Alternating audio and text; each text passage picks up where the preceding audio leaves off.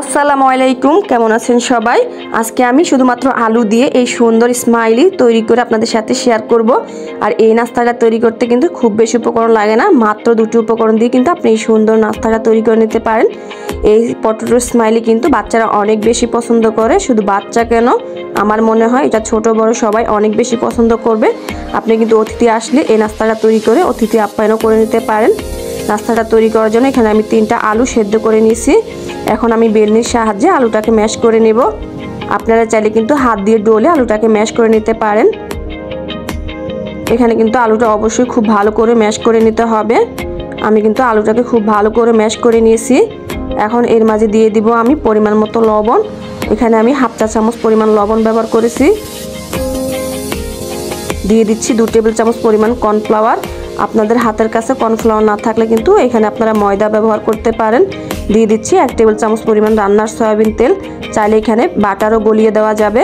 এখন সবগুলো উপকরণ আমি একসাথে কিন্তু ভালো করে মেখে নিচ্ছি। এখানে আমার আরও 1 টেবিল চামচ পরিমাণ রান্নার সয়াবিন তেল নিয়ে নিয়েছি। এখন খুব ভালো করে মেখে একটা সুন্দর ডো তৈরি করে নেব। এখানে কিন্তু আমি একটা সুন্দর ডো তৈরি করে নিয়েছি। এখন একটা বড় সাইজের রুটি তৈরি করে নেব। আমি কিন্তু রুটিটা খুব বেশি পাতলা করব না, আবার খুব বেশি মোটাও করব না, মিডিয়াম সাইজ করে রুটিটা তৈরি করে নেব।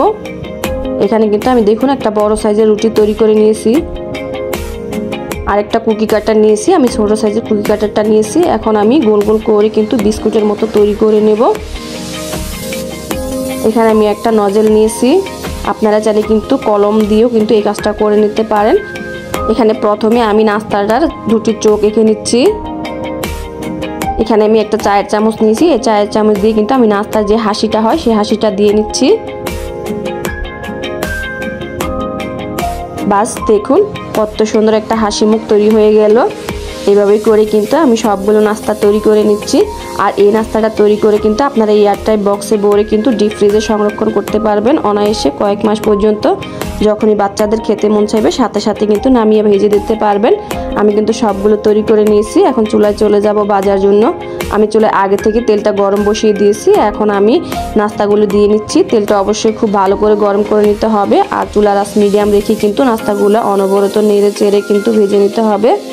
নাস্তাগুলো ভাজতে আমার 5 থেকে 6 মিনিটের মতো সময় লাগবে। দেখুন নাস্তাগুলো কিন্তু কয়েক মিনিট পরে কিন্তু খুব সুন্দরভাবে উপরে ভেসে উঠেছে। আর দেখতে কতটা সুন্দর লাগছে আপনারা দেখে নিশ্চয়ই বুঝতে পারছেন। আমি নাস্তাগুলোকে অনবরত নেড়ে চেড়ে 5 থেকে 6 মিনিটের মতো ভেজে নিয়েছি। আর দেখতে কত সুন্দর হয়েছে দেখুন।